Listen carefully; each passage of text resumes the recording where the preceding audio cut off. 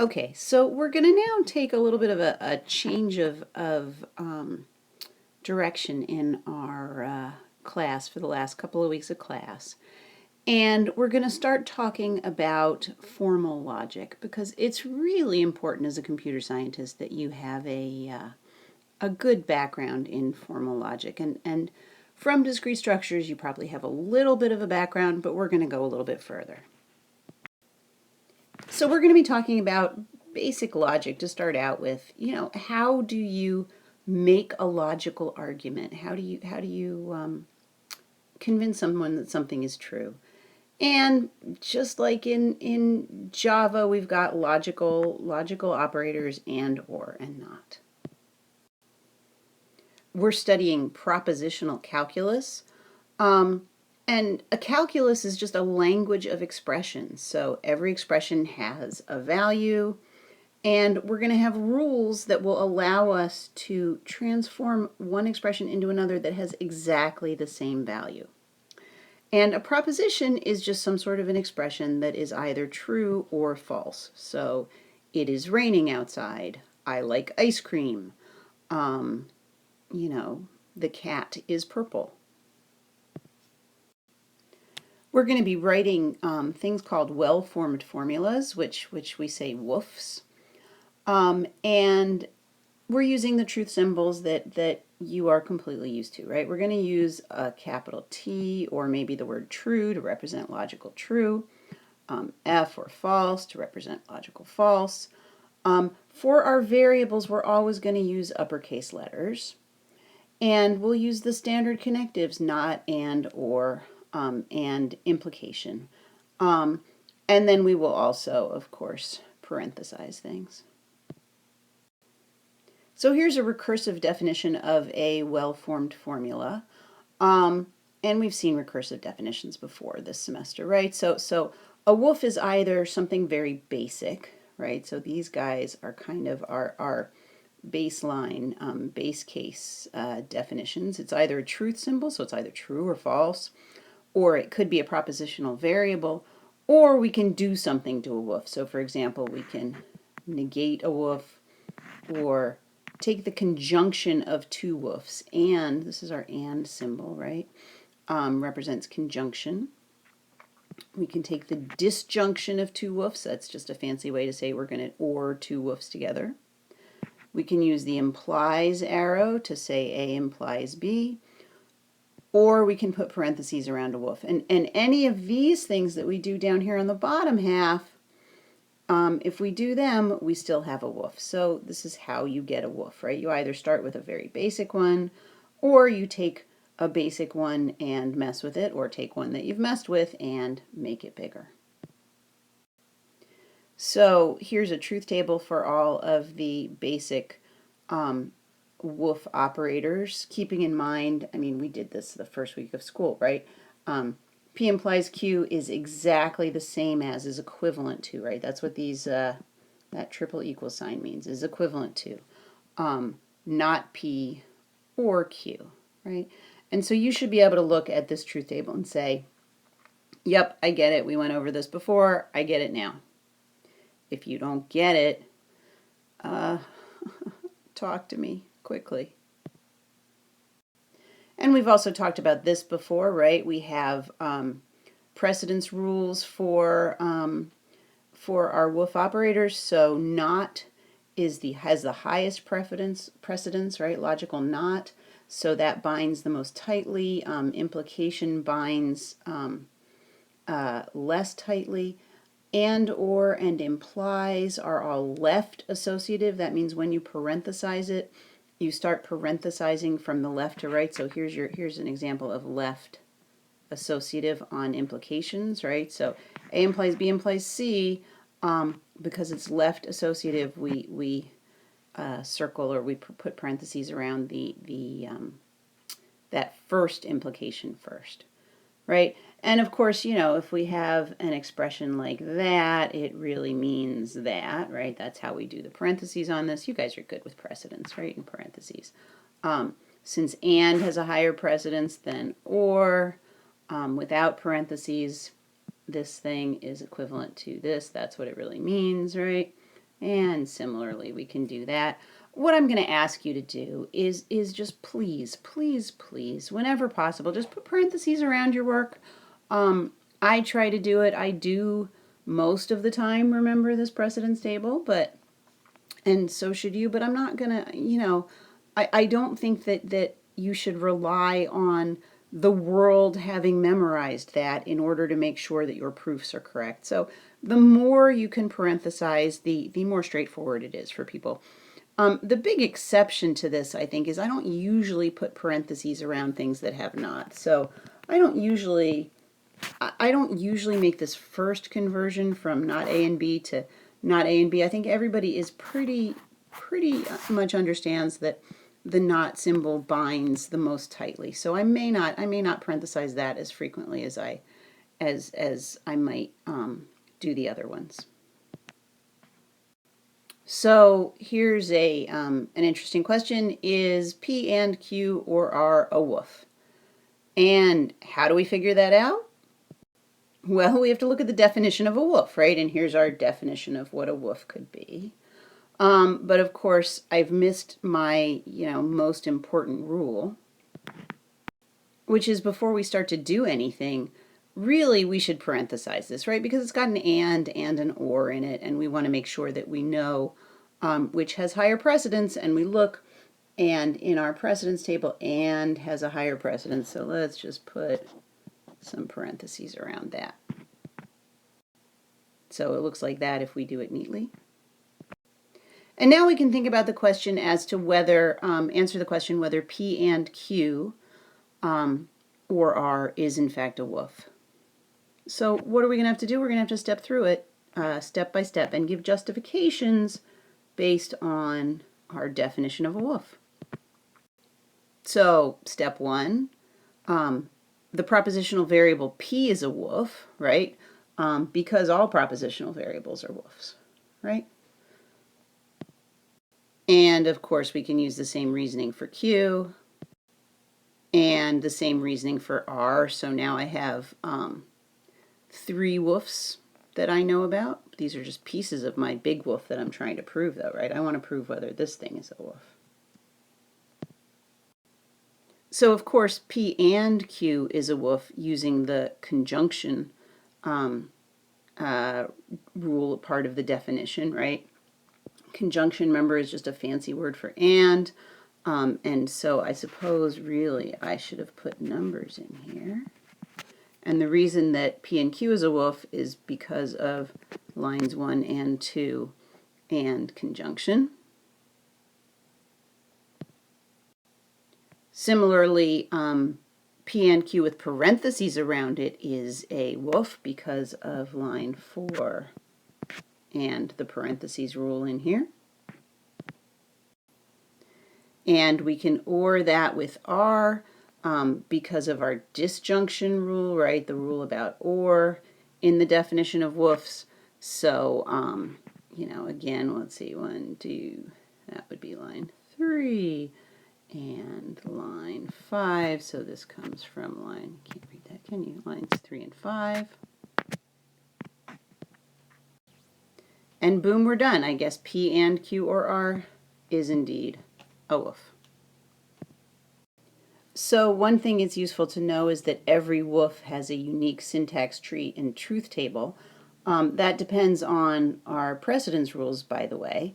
So, of course, if I want to say what's the syntax tree and truth table for this woof, I first have to convert it into a parenthesized one so I can see who has priority.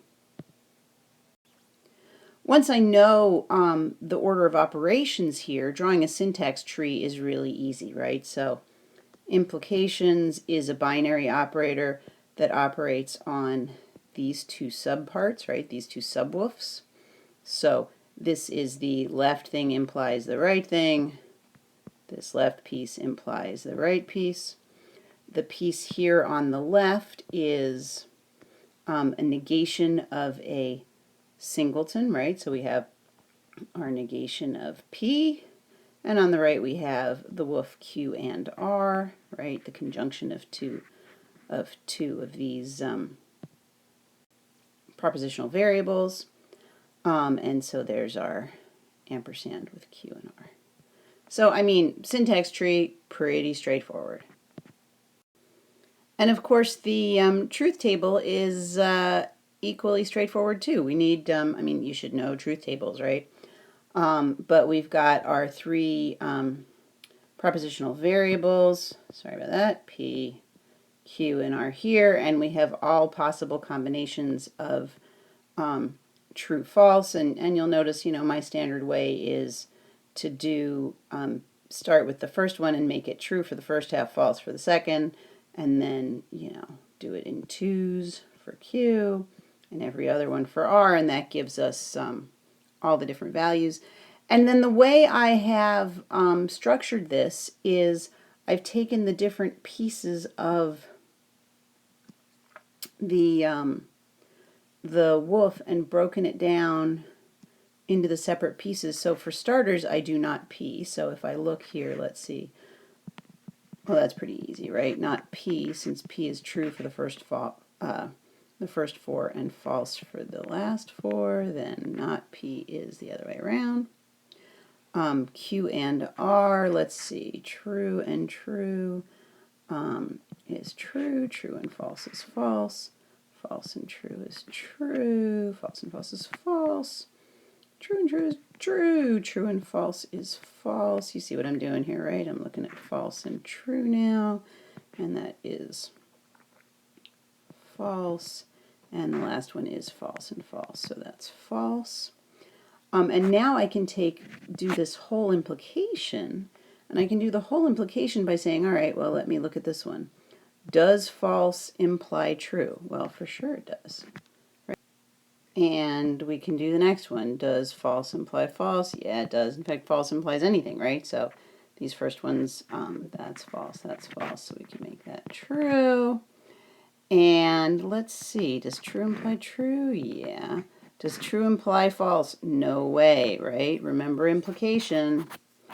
A implies B is the same as not A or B.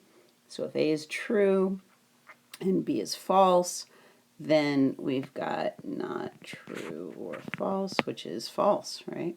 So true does not imply false. No way. True does not imply false, and true does not imply false. So there's a truth table for this wolf here, right?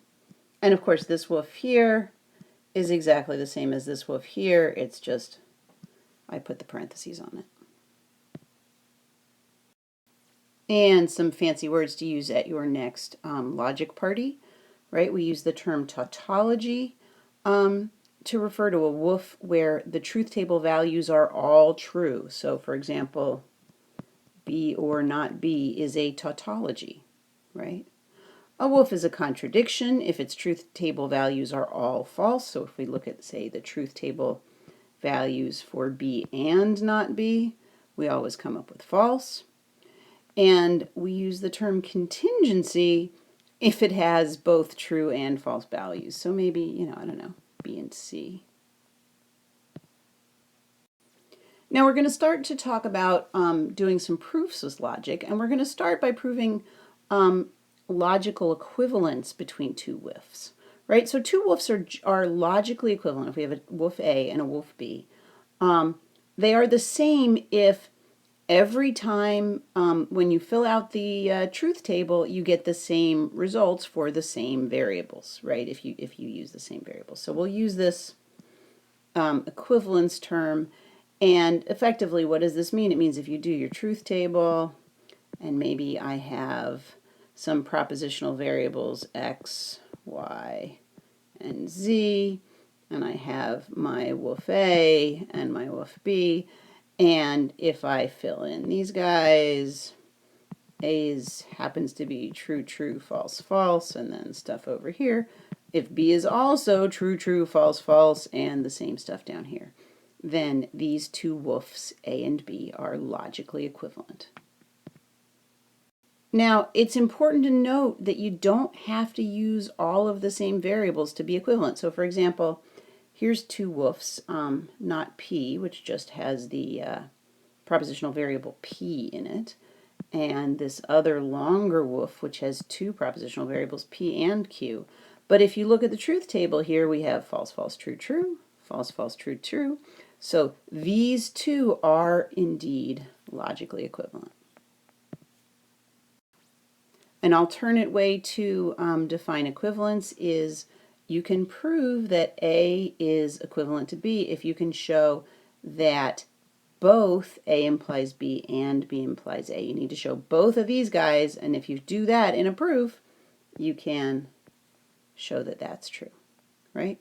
Or, of course, if you do that in a truth table. Though if you prove the implies in a truth table, you're doing more work than if you just did the truth table for A and B. Note that our triple equals, our equivalence here, is in fact an equivalence relation, and you remember equivalence relations from discrete structures, right?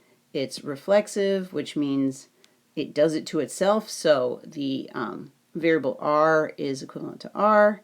It's symmetric. If you know that r is equivalent to s, then s is also equivalent to r, and it's also transitive. So if r is equivalent to s is equivalent to t, that tells us that r is also going to be equivalent to t.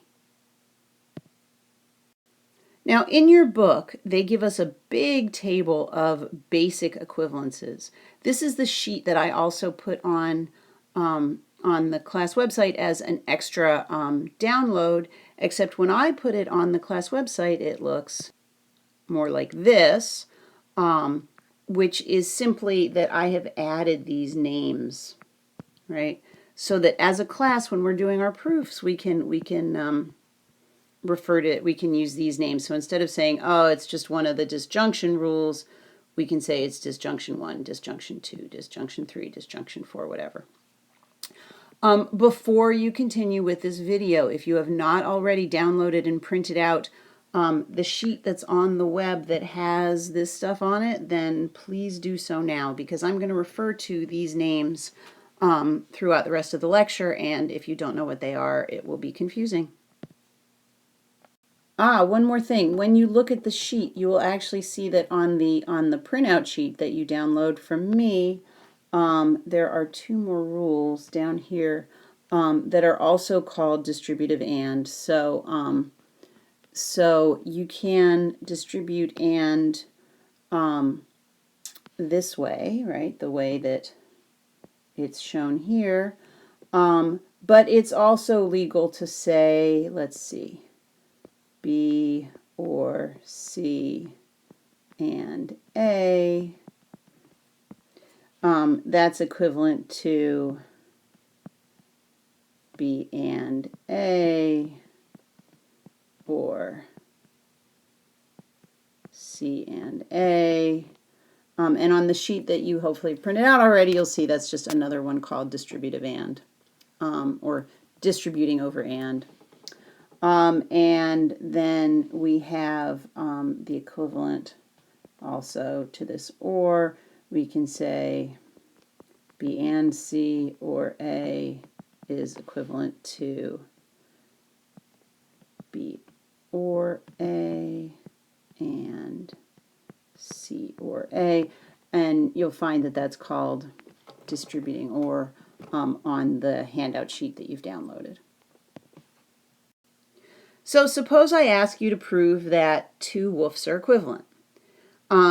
Option 1 is to use truth tables, and you can do that. You know how to do it with a truth table. I'm not going to go over that at any length. But there's another way to do it. And the alternative option is to use these equivalency rules to write a formal proof.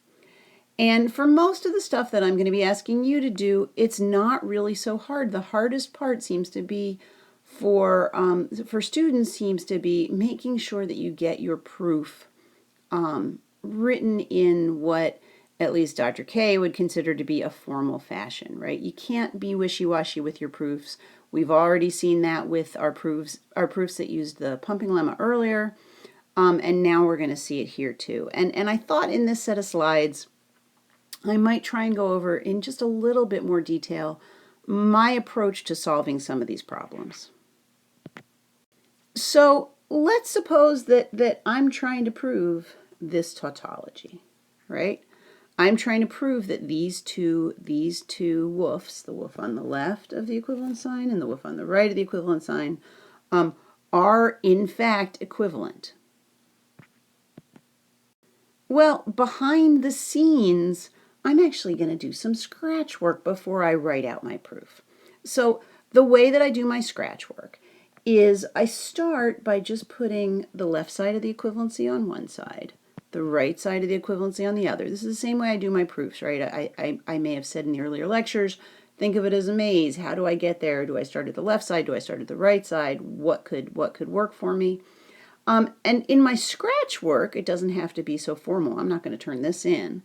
I can kind of do both sides at once. So that's what I'm going to do here. So, I've got these two these two woofs in front of me, and I'm just going to see, how can I mess with these? So let's start on the left. And I guess what maybe I'll try and do is get rid of some of these implications, right? Because I don't see how to get to this without getting rid of the implications. So I'm going to use that some conversions one rule, right, to say that this is actually the same as A implies not B or C, right, by conversions one. And let's get rid of that other implication arrow too. So we'll say, let's see, that's equivalent to not A or this whole not B or C, again, by that. All right, and now I guess let's do some work on the other side. I think I'm going to change pen color just so it doesn't run into each other. So let's use that conversion, some conversions rule one again. So B implies not A or C, and that's also by conversions one, and that's also not B or this thing, not A or C, by conversions one. And let's see, what do we got here? They're looking closer, right? And it looks to me, I'm going to have to at some point swap the A and B around, right? And I think that I can do that in two steps, because what I can do is I can say, well, that's equivalent to not B or not A or C, right, by the associativity rule, which is now I can flip my A and B by commutativity, right? So that's equivalent to not A or not B or C, right, by commutativity. And now look, we're almost there, right? We have almost the same thing. I just don't have the parentheses quite the same, but I can do, I can just change the parentheses here, right? Not A or not B or C by commutativity, right? And so look, now I've got it, all right? And so now this is great, because now if you look at this, I have, the bottom line on both of these is the same, but this is not yet my proof, okay? What I need to do now is I need to write my proof out formally. So that's the next step. So, here's the same thing again. These were all in blue in my handwriting, and these were all in red in my handwriting. I just printed it up here so that you could see, and so it's legible, right? And here I've written these on the left again, so here's my things I had in blue, and here's my things I had in red, and I just shrunk them down so you can see what's going on. And to start out my formal proof, I take this blue stuff, right? The blue stuff was the stuff that was on the left-hand side. I could do it in either direction. I'm going to start with the left-hand side. So I'm going to say, look, that one is equivalent to the second one by some conversions one. So look, there's the first one is equivalent to the second one by some conversions one. And then I just keep using this equal sign, right? This triple equals is equivalent to, oops, sorry. is equivalent to that one by some conversions 1, so that's equivalent to that one. Again, there's my reasoning. Equivalent to that by associativity, right? Just moving my parentheses. So we've got the first part of our proof. So now we have to add in our other red rules, right? Our other red explanations. But we need to go from the bottom up here, right? Because we ended here, and we need to start here, which is the same thing, and go upwards, right? So, and the tricky part here is our rules are going to move just slightly. I'll show you what's going on in a minute. So the first thing that I want to convert to is this one right here, right? So I want to write that here. Not is equivalent to not B or not A or C. Now, the reason for that, when I wrote my reasons next to my rules here, let me just blow this up for a second. I transitioned from this one to this one, so from 1 to 2, because of commutativity, right? So the difference between these two, right, the rule that lets me transition between these is commutativity, right? So now that I'm copying over this guy, but I'm starting here, it's still the commutativity is the explanation for why I can go between these two. So I'm going to copy line 1 from my go backwards, but notice it gets a little bit confusing. I'm copying line 2's reason, because line 2's reason is really the reason to get between 1 and 2. And now I'm moving from 2 to 1, so it's going to use that same reason.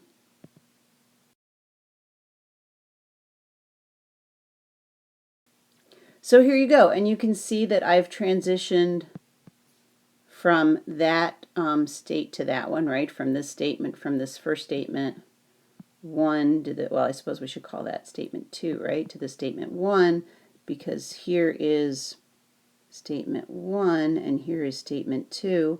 But why? How did we move between 1 and 2? We used commutativity, and so how did we move between 2 and 1? We also used commutativity. So we need to do this for the remaining things in our kind of backwards proof here. And so if you take a look at this, you'll see that I did exactly that. I kind of moved backwards along my proof, and now, look, what a beautiful proof. I start out with the left-hand side of my equivalence. I have a bunch of rules, or a bunch of statements that explain why these are all equivalent, and I end with the right-hand side. I've given the reasons why and my magical QED. And of course, before I turn this in, I get rid of my scratch paper, right? The whole point is this stuff on my scratch paper, not a proof. Stuff here, my proof. That's the answer. Let's do one more example. Let's prove that the left-hand side here is equivalent to the right-hand side. We'll use the same approach. So let's start on the left-hand side. I always just like to get rid of any implication before I do anything else. Oh, hang on. I really need to parenthesize this, don't I? There you go. That looks better, right? Now let's keep going. Right, I haven't changed anything. You understand this, right? I have not changed anything. This expression here, right, this woof, means this. Right? I just put in the parentheses so that you and I will remember what's the precedence. Okay, so let's get rid of that implication. So not A or B, and that of course will just be by our some conversions 1 rule. Okay, well, let's see what we get on the other side. If we get rid of that implication, we have not A and B, or A, which is by, again, that some conversions 1. Right, and I guess, you know, I might want to, just for my own clarification, point out that that not binds more tightly than the or, so A and B. right? Or A, just so I know what I'm doing. And if I want, I could write down like the reason that I'm doing this is kind of the precedence rules, right? I'll just write precedence. It's not very big. Let's see if I can I shrink this slide down a little bit? I'm running out of space quickly. There we go. All right. And so, yeah, beautiful. Not very pretty, is it? I think I'm going to try and use De Morgan's on the right side, right? So I like to push in these knots if I have them. So let's see. By De Morgan's law, De Morgan 1, I think, right, on our sheet? Yep. We end up with that this is equivalent to not A or not B, right? That whole thing, or A by De Morgan's 1. Well, let's see. I guess at this point you kind of look at it and say, what do I do next? Well, it's kind of interesting to me. I have a bunch of things ORed, and in there is not A or A, which seems kind of crazy, right? So maybe if we let's swap this A and B round, and then we can mess a bit more. So I'm going to say that's the same as not B or not A, or A by associativity. And so, oops, sorry, by commutativity, right? The associativity that I want to do is I want to say that not B or not A or A, right? So that's associativity. Aha!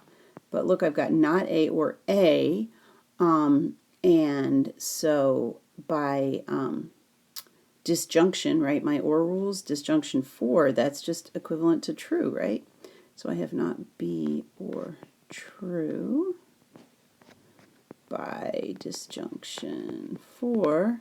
But look, by disjunction 1, that's just equivalent to true, right? So that's actually kind of interesting. I mean, we've shown that this is a tautology, right? It is true. It's equivalent to true.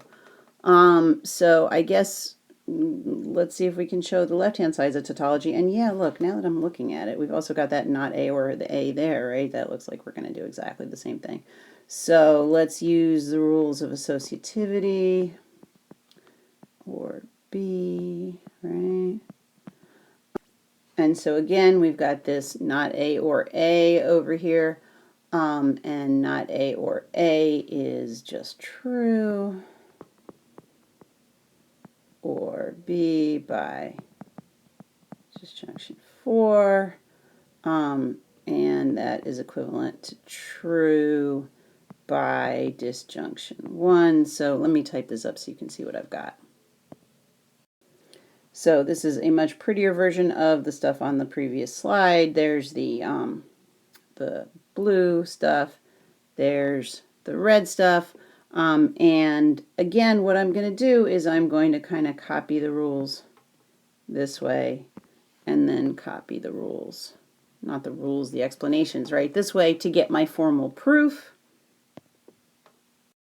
Yes, and worth noting that, you know, both of these are tautologies, and in fact, right, so is every line of this, right? I mean, forget the reasons for a minute, right? But this woof is a tautology, right? No matter what assignment of true and false values we set for A and B, it's always true. Same here, that's a tautology. Of course, the woof true by itself is a tautology. Similarly, all the woofs on this side, that's a tautology, right? Because it's equivalent to true, right? But so is this, and so is this, and so is this, and so is this, and so is all of these, right? Forget the rules for a minute. I'm just looking at the woofs and saying, oh, these are all tautologies. So much for our beautiful list of rules. Sorry, our list of scratch work, right? This was all our scratch work. And so here you can see I just copied my blue scratch work here. I copied my red scratch work here. And I ended up with this as my final proof. So you may want to pause the video and just look at this and see that you can understand. I make it through to true, right? So up till this line, I suppose I should have circled that in blue, up until this line here is the stuff from this blue section, and then we started going backwards from this one. So for example,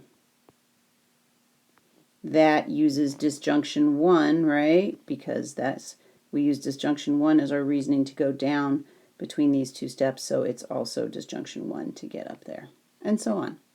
So now rewind a little bit till you see a beautiful clean version of this. Actually, I suppose I can clean it up. Hang on. There you go, the magic of video. So just take a look at this and make sure you understand how I used my scratch work to get this proof. And just to emphasize, this stuff on the left, just my scratch work, has nothing to do with my proof.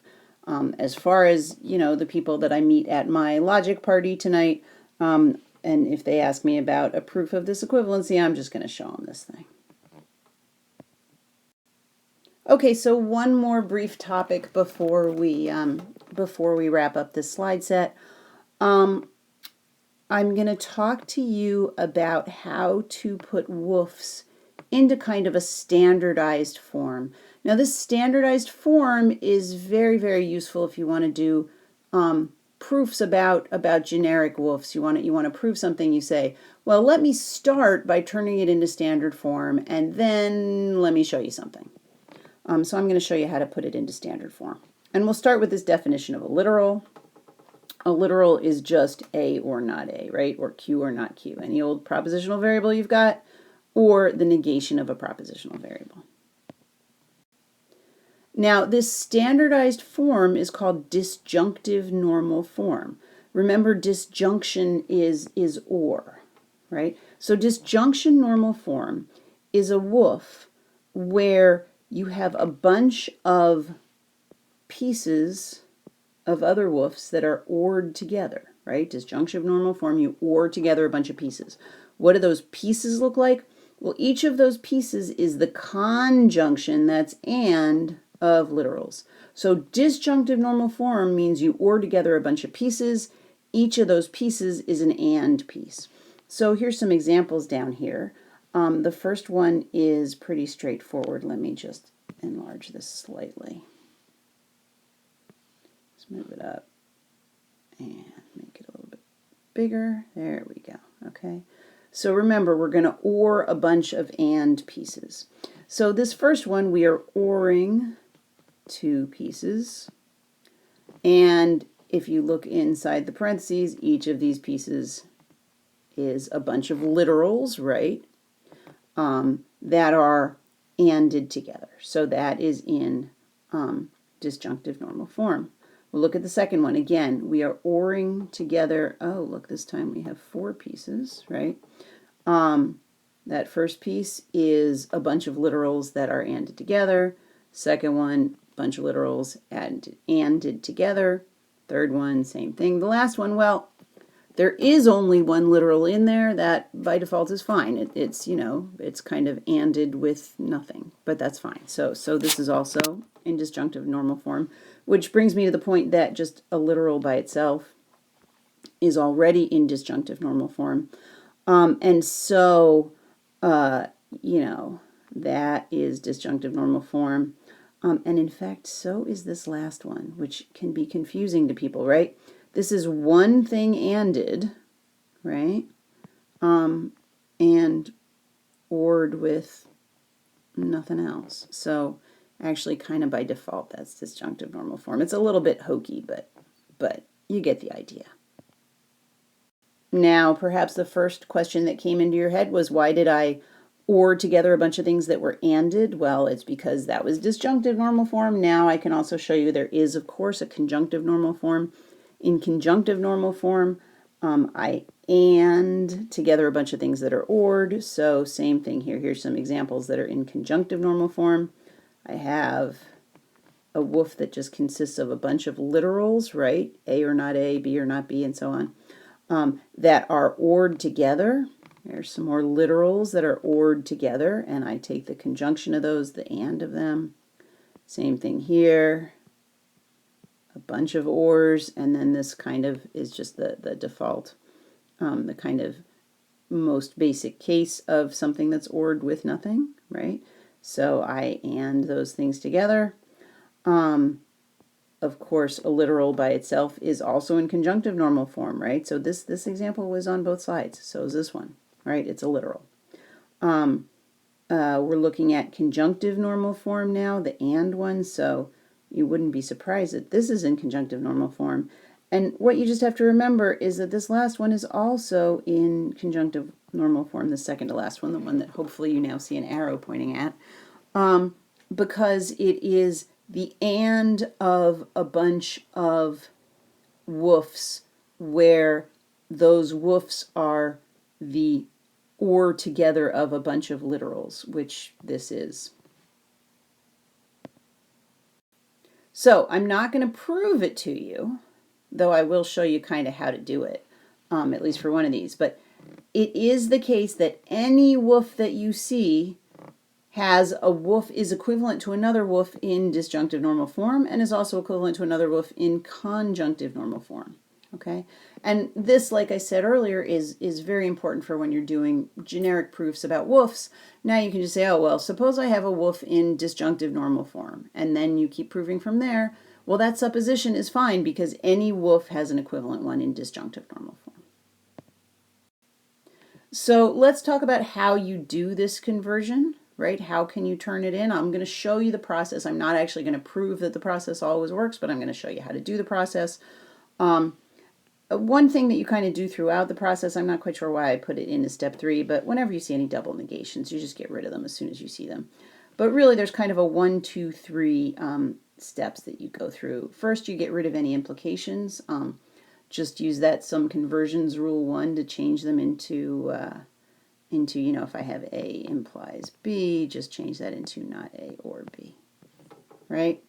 And then the second thing to do is to use De Morgan's law to push the not into the parentheses, and I just remembered my next slide is going to tell you how to do that, so I won't write that in there. And the last thing is to use these distributive and associative equivalences that are on your sheet. So there you go, the magic of slides.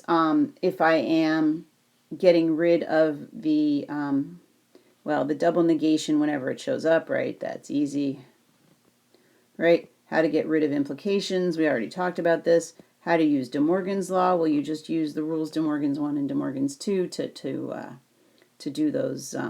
You can see it effectively kind of pushes these not symbols into the parentheses. Maybe you understand now what I say by pushing it in, right? I'm going to convert something that has a not sign on the outside of the parentheses to something that has a not sign associated with the individual, in this case, literals that are inside of there. They don't have to be literals, of course, for this. And finally, I'm going to use the distributive and associative equivalences, right? So distributive and, distributive or, and here is associativity for or and associativity for and. So let's do an example. Let's convert this woof here into disjunctive normal form, right? So disjunctive normal form, disjunction is or. So we're going to make a bunch of ands, a bunch of expressions that are the ands of literals, right? And we'll or each of those with another, right? And what I've done is I've put the reminder down here of what are the things we need to do. So we'll get started. Let's get rid of those implications. So there you go. I've pushed one of those implications in, right? And you see how I did it, right? I said that this implication piece here, right, I can just say, turn that one into not that piece, or the piece on the right. Did the same thing again. This time I got rid of this one. Notice that this A implies B or C here, right? The implication here, boy, that was lazy of me, actually has parentheses on there if you look at the rules of precedence, so that turns into this. And then we can use De Morgan's to push that negation inside of these parentheses. But now you see I've got a double negative. So we'll get rid of that double negation, right?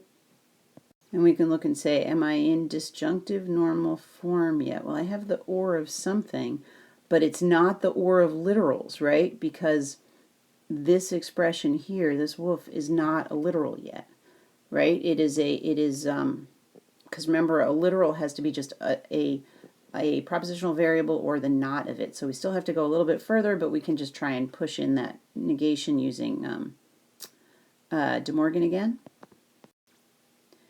And there you go. Now we have something that's in disjunctive normal form, right? I've got these parentheses on the inside, but these ones here.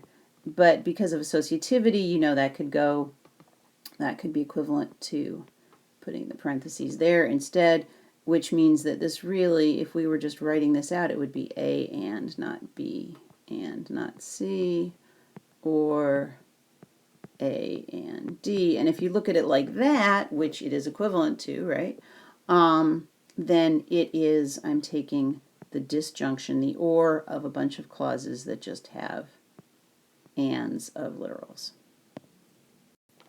Let's try one more. I'm trying to convert to disjunctive normal form. Notice that I've given you an expression, a wolf, that's actually in conjunctive normal form, but I want to switch it. So again, I don't see any double negatives. We'll keep that in mind, and there's no implications, and really no knots to push. So I guess we'll use the whole distributive and associative, right? How does that work? Well, now you need to look at this a little bit carefully. I've put in purple what I'm doing. This stuff down here at the bottom is just my comments to help you understand what I've done here, right? So what I've done is I'm treating this first piece, A or B, as one piece. And then I have C as one piece and D as one piece, right? So I'm taking this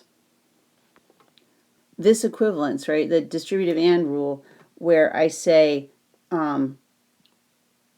if I take P and Q or R, right, I can say that's the same thing as P and Q or P and R, right? And I'm just treating this whole piece, A or B, as my P. And so then the result is that. And you can see I kind of highlighted in purple. Perhaps I should have done that here too. Let's see, can I change colors? This P part, right? So that's what I'm doing. So take a look. This should make sense, right? But so there is one step that I've done, and I've done that by the distributive property of and, right? But this still is not in disjunctive normal form, right? So we need to keep going.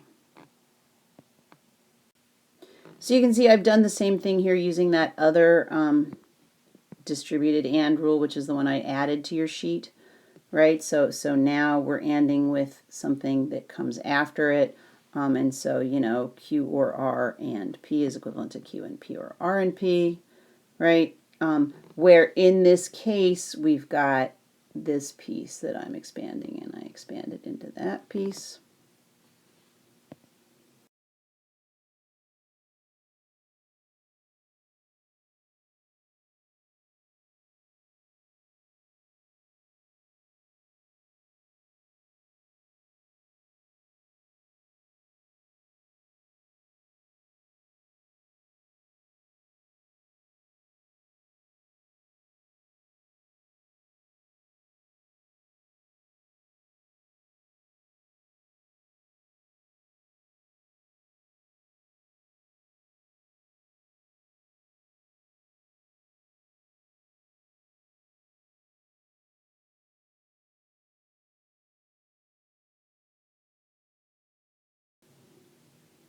And we take another application of that distributed and or distributing and we do it for that purple outlined piece to get this piece.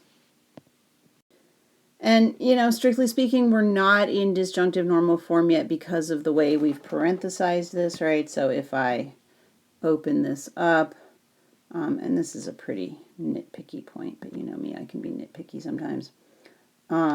These parentheses and these ones make it a little bit messy. And so what we can do is we can just say, all right, well, if we use the rules of associativity, we could actually say, well, that's the same as first doing these, and then doing these, and then doing these. And that's what I've just shown here. And of course, I showed it by eliminating all the parentheses, saying, oh, yes, it's going here by, in fact, 2 steps of using the associativity rule, tisk, Dr. K. But yeah, it's fine. If I have a bunch of ors, I can use associativity and say this is actually equivalent to that. And there's the next set of my parentheses, right? So time to go do some problem sets.